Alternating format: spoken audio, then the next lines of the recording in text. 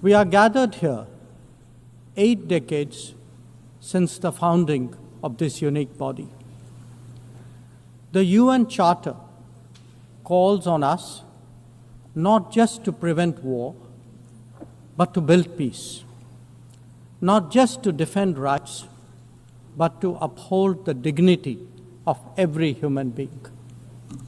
It challenges us to stand as good neighbors, uniting our strength so that generations to come inherit a world of justice, of progress, and of lasting freedom. Madam President, forces unleashed by history since the founding of the UN propelled this body forward.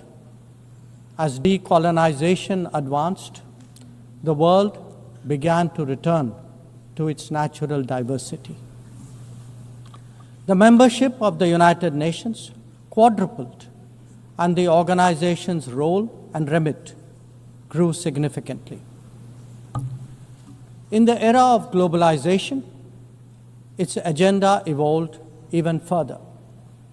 Development goals took center stage, even as climate change emerged as a shared priority. Trade acquired greater prominence, while food and health access were recognized as essential to global well-being. Where security was concerned, the UN undertook peacekeeping operations and promoted disarmament discussions. As a result, the UN became a natural platform to debate key global issues.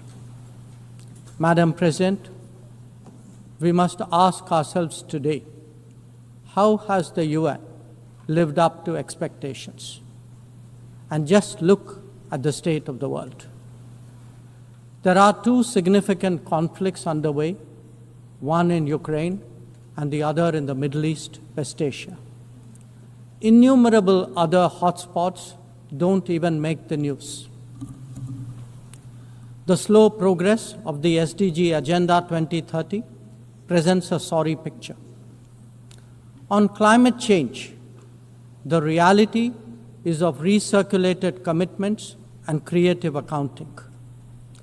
If climate action itself is questioned, what hope is there for climate justice? When a once-in-a-century pandemic hits us, we saw open discrimination in access to vaccines and to travel. Energy and food security have been the first casualties of conflict and disruption, especially since 2022. Better off societies insulated themselves by having the first call. The resource-stressed ones scrambled to survive, only to hear sanctimonious lectures thereafter. When it came to trade, non-market practices gamed rules and regimes. The resulting concentration exposed the world to leveraging. On top of that, we now see tariff volatility and uncertain market access. As a result, de-risking is a growing compulsion, whether from limited sources of supply or over-dependence on a particular market. Economic concerns have other dimensions as well. Heightened technology control is one. The grip on supply chains and critical minerals is another. The shaping of connectivity is no less sensitive. Protection of key sea lanes has become a challenge. Restricting the evolution of a global workplace is an issue. Each makes a compelling case for more international cooperation, not less. But are we really headed in that direction? And where has the UN actually made a difference? Madam President, as members of the UN, we meet here as sovereign equals. That is not a formalism, but a recognition of the inherent diversity of our world. Understandably, we have different history, traditions, heritage, and culture. For them to coexist, for them to enrich each other, it is imperative that we foster understanding and respect. This will only happen when we resist political interference and economic pressures, when narratives are free of prejudice, when double standards are abjured, and when pluralism is truly appreciated. Madam President, Excellencies, while asserting our rights, we must also firmly face up to threats. Countering terrorism is a particular priority because it synthesizes bigotry, violence, intolerance, and fear. India has confronted this challenge since independence, having a neighbor that is an epicenter of global terrorism. For decades now, major international terrorist attacks are traced back to that one country. UN's designated lists of terrorists are replete with its nationals. The most recent example of cross-border barbarism was the murder of innocent tourists in Pahalgam in April this year. India exercised its right to defend its people against terrorism and brought its organizers and perpetrators to justice. Because terrorism is a shared threat, Madam President, it is essential that there is much deeper international cooperation. When nations openly declare terrorism a state policy, when terror hubs operate on an industrial scale, when terrorists are publicly glorified, then such actions must be unequivocally condemned. The financing of terrorism must be choked, even as prominent terrorists are sanctioned. Relentless pressure must be applied on the entire terrorism ecosystem. Those who condone nations that sponsor terror will find that it comes back to bite them. Madam President, an objective report card will show that the UN is in a state of crisis. When peace is under threat from conflicts, when development is derailed by lack of resources, when human rights are violated by terrorism, the UN remains gridlocked. As its ability to forge common ground diminishes, belief in multilateralism also recedes. Central to the erosion of the UN's credibility has been resistance to reform. Most members strongly desire change, but the process is being made an obstacle to the outcome. It is imperative that we see through this cynicism and purposefully address the reform agenda. The historical injustice done to Africa should be redressed. Both permanent and non-permanent membership of the Council must be expanded. A reformed Council must be truly representative, and India stands ready to assume greater responsibilities. Madam President, today the predicament of the Global South is especially acute. Bharat, under the leadership of Prime Minister Narendra Modi, believes that it has both a duty to contribute and an obligation to motivate. That is why we have undertaken more than 600 major development projects in 78 countries, as well as innumerable community-based initiatives. They range from large infrastructure to small livelihoods, from capacity building to people's welfare, from concrete assets to education and training. Turbulent times require that we step forward during moments of crisis. India has been forthcoming in that regard, especially in its immediate vicinity. Whether it is finance, food, fertilizer, or fuel, we have responded to the urgent requirements of our neighbors. Madam President, climate events and conflicts have created a demand for HADR assistance. Reflecting our growing capabilities, Bharat has endeavored to be a first responder. Be it essential medicines or relief supplies, the operations of a field hospital or limb fitment camps, these efforts covered 19 nations last year.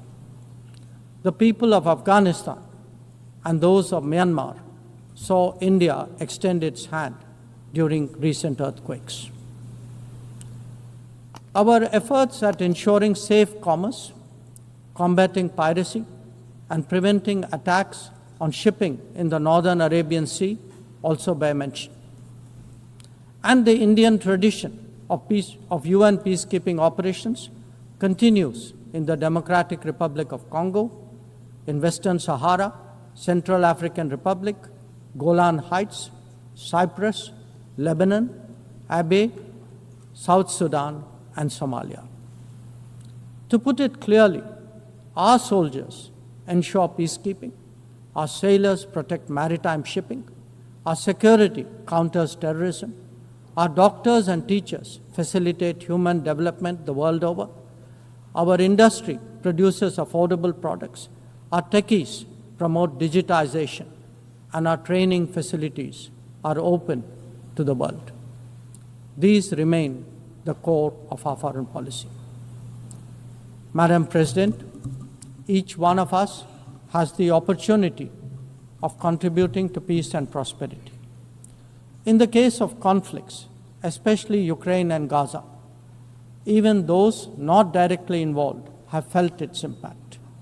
Nations who can engage all sides must step up in the search for solutions. India calls for an end to hostilities and will support any initiative that will help restore peace. The last decade in Bharat has also seen transformative changes due to the vision of Prime Minister Modi. Our digital public infrastructure has redefined governance and enabled delivery of public services on an unprecedented scale. Our startup ecosystem, innovation culture, and microfinance are changing the face of society. Our rapidly growing infrastructure facilitates both ease of doing business and ease of living for citizens. India remains committed to sharing its experiences and tools with others on their journey of development.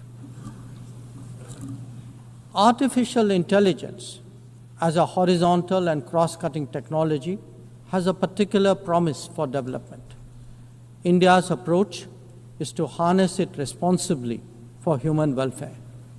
Inclusion and impact will be the watchwords for the summit that India will host in 2026. Madam President, Bharat approaches the contemporary world guided by three key concepts. One, Atmanirbharta, or self-reliance.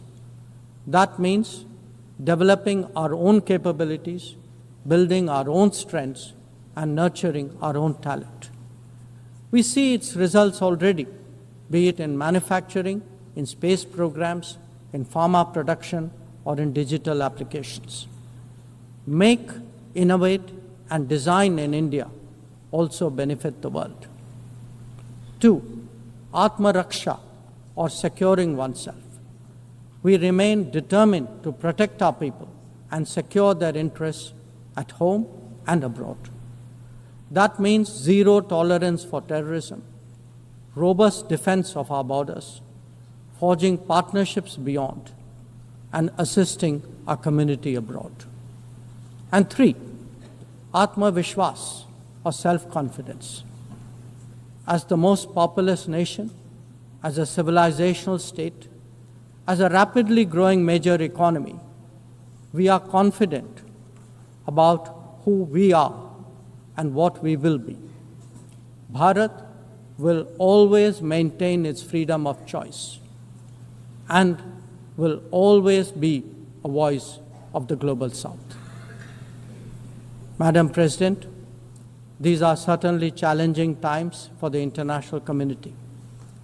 Many of our assumptions and expectations no longer hold. In such circumstances, it is imperative to stay strong, to hold firm, and to deepen friendships. International cooperation must prevail because islands of prosperity cannot flourish in an ocean of turbulence. A world order requires common purpose, as it does empathy for others.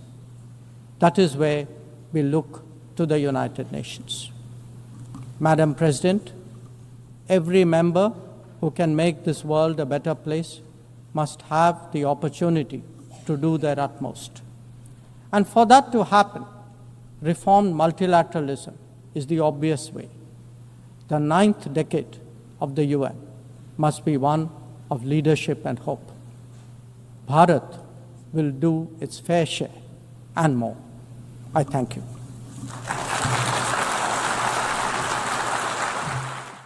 Join our global community of English learners, absolutely free. Download video transcripts, listen offline, start our beginner course, and join live classes with certified teachers. Access over 1,000 resources to improve your English faster. Everything's in one place, community.englishspeeches.ca. Let's speak English together.